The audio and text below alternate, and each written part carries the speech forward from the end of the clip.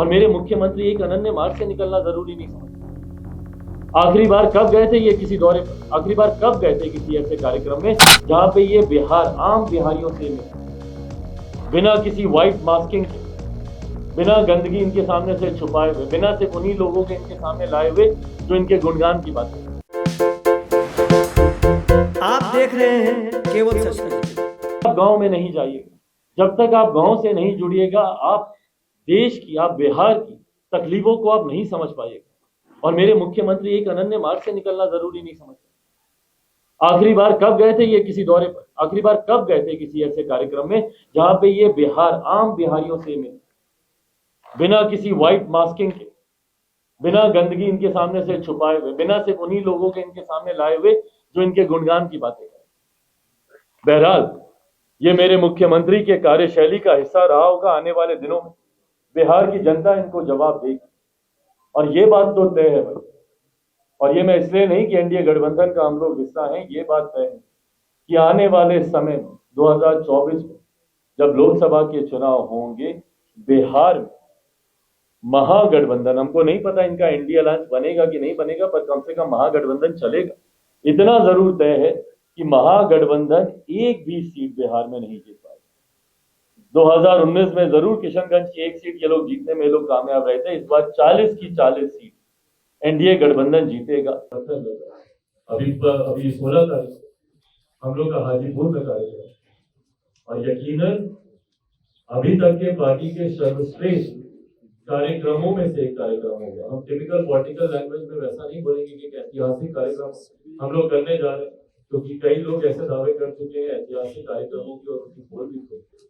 और यकीनन पार्टी के जितने ऐसे बड़े कार्यक्रम हैं उनमें से बहुत बड़ा कार्यक्रम हम लोग 16 तारीख को हम लोग हाजीपुर में करने जा रहे हैं।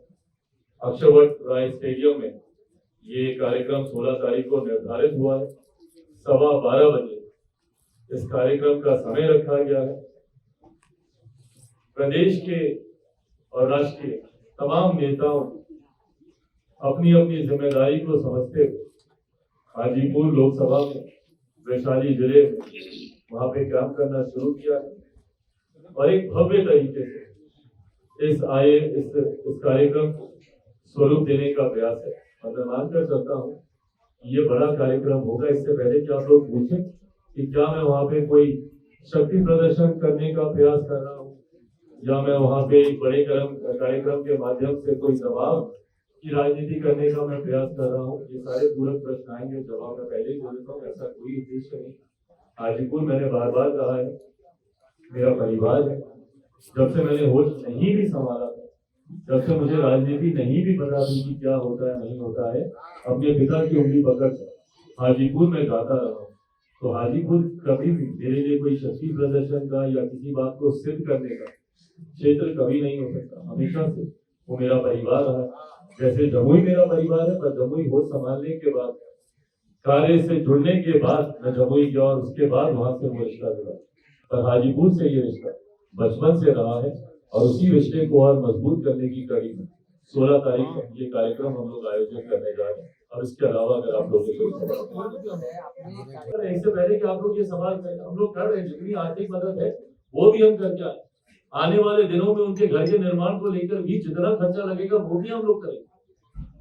पर हमारी सीमाएं हैं, पर सरकार के पास तो ऐसी सीमाएं नहीं है ना। वो तो चाहे तो बहुत बेहतर व्यवस्था उनके लिए कर सकते, पर ये सोच नहीं है, ये नियत है। अभी मेरे मुख्यमंत्री को बोल दीजिए भैया कि इंडिया अलायंस की बैठक संभवतः आपको संयोजक बनाया जाएगा, नंगे पांव दौड़े हुए जाएंगे उस बैठक। देश का दुनिया के किसी कोने में वो बैठक बुला लीजिए। जूम ऐप नहीं चलाना आता होगा तब भी सीख कर वो उस ऐप पे जाकर बैठे। ये सोच है मेरे मुख्यमंत्री। पर यहीं से नवादा कितना दूर है भैया? नहीं जाएंगे उससे। यहाँ से बछवाड़ा कितना दूर है? गर्भवती महिला सोचिए, मतलब वो पीड़ा का आप लोग अंदाजा लगा सकते हैं। 8 महीने जलकर वो मर जाते हैं और उनका परिवार ठंड के इस समय में, मेरे मुख्यमंत्री सर्वर सब ढक के निकलते हैं ना जब उनको ठंड लगता है, वो परिवार बिना छत के पिछले 1 हफ्ते से वहां पर सोने के लिए मजबूर है। घर पूरा जल गया है, चूल्हा जल गया है, तो खाना बनाने की व्यवस्था नहीं। प्रशासन इतना नहीं कर सकता कि 2 वक्त खिचड़ी ही बना के दे, दाल चावल ही बनाकर दे, नहीं, एक त्रिपाल ही लगा दे वहां पर कि ठंडी हवा से कम बचे, नहीं। ये बिहारियों के प्रति मौजूदा सरकार की सोच है और इन लोगों को चुनाव लड़ना है। भागे में जाते हैं इनके घटक दल के नेता सीट बंटवारे को लेकर दिल्ली में चर्चा करते हैं। दिल्ली में चर्चा इनके लिए महत्वपूर्ण है। बिहारी ठंड में जल रहे, ठंड में मर रहे, उनसे इनको फर्क नहीं पड़ता। छोटे छोटे बच्चे ठंड की चपेट में आके मर रहे। कितने रैन बसेरा इनके द्वारा बनाए गए, कितनी जगह इंतजाम इनके द्वारा किए गए। कल ही सोनो में एक छोटा बच्चा मर गया वहां पे। क्या व्यवस्था ये लोग कर, और कोई नई बात है क्या? 19 साल के मेरे मुख्यमंत्री को ये नहीं पता, 19 साल में उनकी आयु की बात नहीं कर रहा, उनके मुख्यमंत्री की बात, 19 साल से मुख्यमंत्री के पद पर, क्या 19 साल के मुख्यमंत्री को ये नहीं पता कि ठंड का मौसम कब है, बरसात का मौसम कब है, लू कब चलेगी, गर्मी कब आएगी? उसके लिए क्यों नहीं पहले से व्यवस्था की जाती है, पहले से इंतजाम किया जाता है? And the worst part is that आज की तारीख में कोई इस पर चर्चा तक नहीं करता। चर्चा हो रही है तो सिर्फ सीट बंटवारे को लेकर, चर्चा हो रही है तो मेरे मुख्यमंत्री के संयोजक बनने को लेकर, चर्चा हो रही है तो इस बात को लेकर कि खरमास के बाद क्या होगा। क्या 15-16 तारीख को हम लोग कोई नया समीकरण देखने वाले हैं? क्या भीतर भीतर मेरे मुख्यमंत्री को, इसके बाद ये सारे तुरंत प्रश्न आपके द्वारा आएंगे, मैं पहले ही शुरू कर दूं इन सवालों की जल्दी कि क्या 16 के बाद कोई खेल होने वाला, या मेरे मुख्यमंत्री फिर बाधा बदलेंगे, सिर्फ बातों को लेकर चर्चा होगी। पर आम बिहारी जो आपके मतदाता हैं, जो आपके लिए कल को जाकर वोट करेंगे, वोट बैंक की राजनीति अगर आप करते हैं तो कम से कम उस वोट को तो साधने का काम करे मौजूदा सरकार, कम से कम सुख की घड़ी में उनके साथ तो खड़ा होने का काम करे।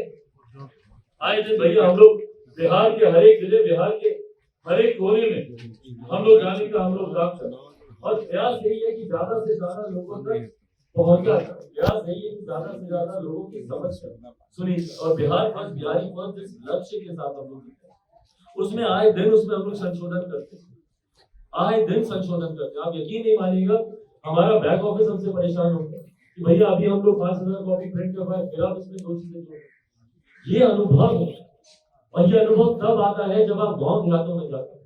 हकीकत है हिंदुस्तान गांव में ही बसता है, और जब तक आप गांव में नहीं जाएंगे, जब तक आप गांव से नहीं जुड़िएगा, आप देश की, आप बिहार तकलीफों को आप नहीं समझ पाएंगे।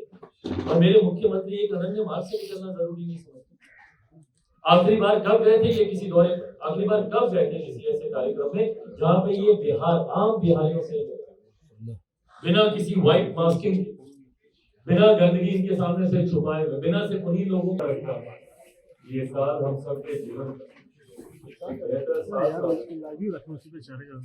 होने के नाते काम कैसे करें, जिन उम्मीदों के साथ हम अपने प्रदेश को आगे बढ़ता हुआ देखना चाहते हैं, उन उम्मीदों को कुछ और समीप हम लोग पहुंचे, ये उम्मीद करता हूँ, ये अपेक्षा रखता हूँ। और जब ये उम्मीद हम लोग अपने प्रदेश से जोड़कर देखते हैं तो निराशा तब हासिल होती है जब ये महसूस होता है कि हमारे प्रदेश का नेतृत्व सिर्फ और सिर्फ अपनी महत्वाकांक्षाओं को लेकर आगे बढ़ रहा है, ना कि बिहार आगे लेकर जाने की सोच रहा है। मेरी समझ के परे है, दर्शकों से क्या मतलब, सदियों से देश में चुनाव होते रहे, हमारे प्रदेश में चुनाव होते रहे, पर मैंने कभी ऐसा अनुभव नहीं किया कि किसी राज्य का मुख्यमंत्री चुनाव में इतने व्यस्त हो जाए कि वो अपनी जिम्मेदारियों को निभाना तक भूल जाए। आप पिछले 1 साल से लगभग इस बात को नोटिस कीजिए कि मेरे मुख्यमंत्री के तौर पर और एक गृह मंत्री के तौर पर उनकी जो जिम्मेदारियां होनी चाहिए, उनसे वो पूरी तरीके से अपना पल्ला झाड़, और अगर उनका ध्यान किसी पर केंद्रित है तो सिर्फ और सिर्फ चुनाव को लेकर, अपने गठबंधन को लेकर, अपने पदों कि उनको संयोजक बनाया जाएगा नहीं बनाया जाएगा, वो इंडिया अलायंस बनाएंगे, वो इंडिया अलायंस बनाएंगे, सिर्फ इन बातों को लेकर ही चर्चा हुई। और अफसोस ये कि इस दौरान कई ऐसी जिम्मेदारियां थी एक मुख्यमंत्री के तौर पर, प्रदेश के गृह मंत्री के तौर पर, जिसका निर्वाहन उनको करना चाहिए था, तो पूरी तरीके से जिसको उन्होंने लगा। नववर्ष की शुरुआत के साथ पुनः बिहार हत्याओं का, अपराध का पुनः ग्राफ चढ़ना और उस पर पुनः एक बार हमेशा की तरह मेरे मुख्यमंत्री खामोश थे। सिर्फ और सिर्फ राजनीति तमाम ऐसे विषयों को लेकर होती है जिस पर चर्चा कर सार्वजनिक तौर पर करना मेरे हिसाब से उचित है। ये एक ऐसा साल है जो दो कारणों से बहुत ज्यादा महत्वपूर्ण है। एक तरफ देश में चुनाव है, ये एक बहुत बड़ा महत्वपूर्ण इस साल में होने वाला एक इवेंट है, और उसी के साथ ये साल एक ऐतिहासिक साल है। इस साल सदियों से लंबे एक सपना, देश की एक बड़ी आबादी का एक सपना इस साल की शुरुआत में पूरा होने का। राम भक्तों की लंबे समय से आस्था रही कि अयोध्या में भव्य राम मंदिर का निर्माण। अफसोस इस बात का रहा कि इस विषय को लेकर दशकों से सिर्फ और सिर्फ इसके ऊपर राजनीति होती है, जो कि नहीं होनी चाहिए। राम मंदिर को हर चुनाव में से मुद्दा बनाया गया। राम मंदिर निर्माण को लेकर तरह तरह की बातें करी, पर हकीकत है कि इसको लेकर सांप्रदायिकता तो खूब फैलाई गई, पर कभी भी इसके निर्माण को लेकर कोई ठोस कदम नहीं उठाया गया। पर आज में ठोस कदम उठाया गया, और न सिर्फ मंदिर का निर्माण कार्य पूरा, बल्कि आगामी 22 तारीख देश के प्रधानमंत्री जी के द्वारा उसका उद्घाटन किया जा रहा है। रामलला की मूर्ति की वहां पर स्थापना की जा रही है, प्राण प्रतिष्ठा उसकी की जा रही है। इसको भी लेकर अब अलग अलग तरीके की राजनीति हुई। एक लंबा समय तो पहले इसके निर्माण को लेकर राजनीति हुई, अब इसके उद्घाटन को लेकर राजनीति होगी। किसको निमंत्रण दिया जा रहा है, किसको निमंत्रण नहीं दिया जा रहा है, इसको लेकर जिस तरीके की बयानबाजी कर रहे हैं, और ये मेरी समझ के परे है कि बिहार के नेताओं को, बल्कि आपको तो खुश होना